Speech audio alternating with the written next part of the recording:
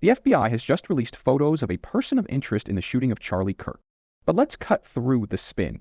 This wasn't some random act of violence. This was a political assassination. Charlie Kirk was speaking when he was shot from a rooftop, 200 yards away, with precision. One shot. No warning. Reports say the shooter was young, college-aged, blending in with students like nothing was wrong. Now, the authorities found the suspected murder weapon, a high-powered bolt-action rifle, dumped in the woods, wrapped in a towel like it was tossed aside after the job was done. They've already pulled palm prints, footwear impressions, and even video surveillance. Yet somehow the suspect is still walking free. But here's where the hypocrisy shows.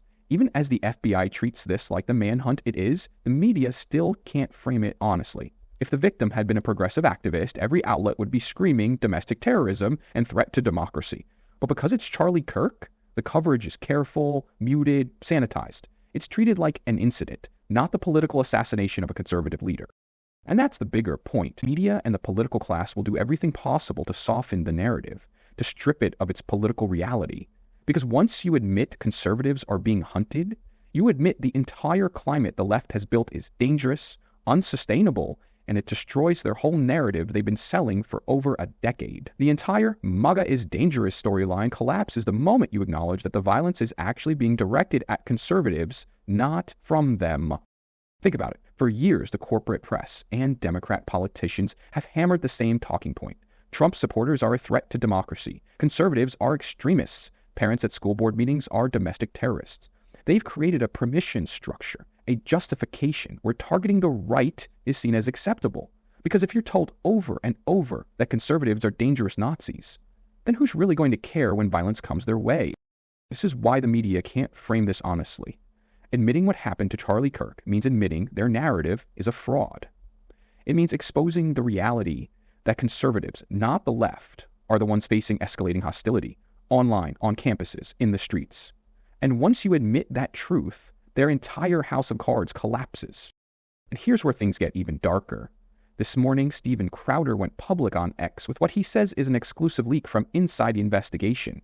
His team reportedly received an email from an ATF officer, including a screenshot of an internal message describing what law enforcement recovered near the scene of the shooting.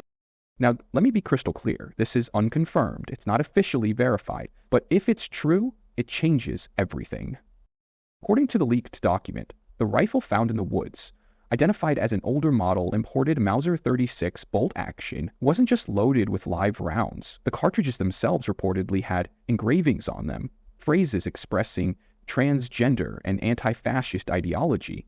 In other words, this wasn't just a weapon. This was a political statement, and potentially a manifesto in bullet form. The memo also describes how the firearm was recovered, wrapped in a towel, with the spent cartridge still chambered and 3 more rounds sitting in the magazine. An emergency trace was already submitted. Forensics are being run by the FBI, DNA, fingerprints, the works, and ATF has been tasked with breaking down the rifle for importer information. If accurate, this leak points directly to the political climate we've been warning about. The ideology engraved into those cartridges tells you exactly where the shooter's head was at. Anti-fascist slogans, trans activist rhetoric, the same language pumped out daily by the activist left and their media allies. Again, we don't know if this is 100% legit. It hasn't been confirmed by the FBI or ATF. But if the leak is accurate, it would mean the shooter didn't just target Charlie Kirk randomly. He targeted him because of his politics, and he wanted the world to know why. And if you really want to see how far gone things are, don't just look at the investigation. Look at the reaction.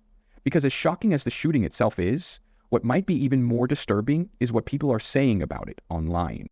The man is dead, a conservative leader assassinated while speaking on a college campus. And instead of shock, instead of horror, what do we see? Celebration. On Reddit, you'll find threads of people laughing about it, acting like Charlie Kirk got what he deserved. On X, you've got left-wing accounts joking about it, farming likes off a man's death.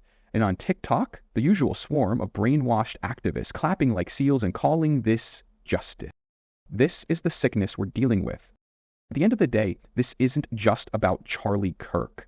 This is about the environment we live in, where conservatives are demonized and conservative political violence is excused.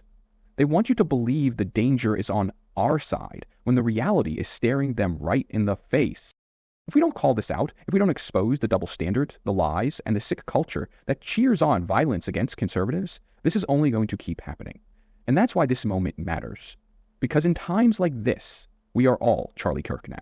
That's it for this one. Make sure to subscribe, hit that notification bell for more videos. See you in the next one.